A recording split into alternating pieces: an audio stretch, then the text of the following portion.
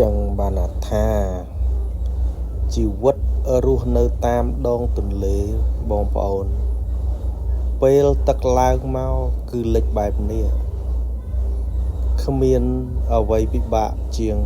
ពេលទឹកឡើងមកខ្លាំងទេបងប្អូនអើយមើលចុះលិចអស់ហើយតាមទីធ្លាផ្ទះផ្លូវថ្នល់អត់ដឹងថាដើរទៅណាកើតទេនេះផ្លូវឥឡូវលិចអស់ហើយផ្លូវជុំវិញបរិវេណផ្ទះគឺលិចទាំងអស់ឥឡូវនេះផ្ទះទឹកដល់កឲ្យបងប្អូនអើយចឹងបាទថារស់នៅតាមតំបន់ដងទន្លេមិនមែនស្រួលទេគឺខែភ្លៀងទឹកឡើងមកគឺបែបនេះរបស់របរដូចជាគោជន់មន់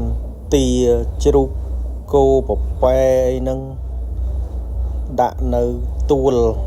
មកកន្លែងហើយនិយាយទៅមើលទៅវេទនាបងប្អូននៅតាមដងទន្លេអត់ដែលលិចទេបងប្អូនទៅមករយៈចុងក្រោយប្រហែលជិត10ឆ្នាំឥឡូវលិចទាំងអស់ហ្មងតាមទីទួលខ្ពកទន្លេហ្នឹងលិចទាំងអស់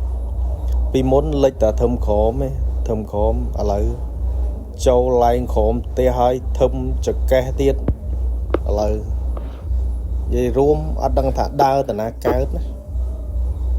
ទីនេះបរិវេណទីធ្លាក្រមផ្ទះនឹងបងប្អូនក្រមក្រែក្រមផ្ទះនឹង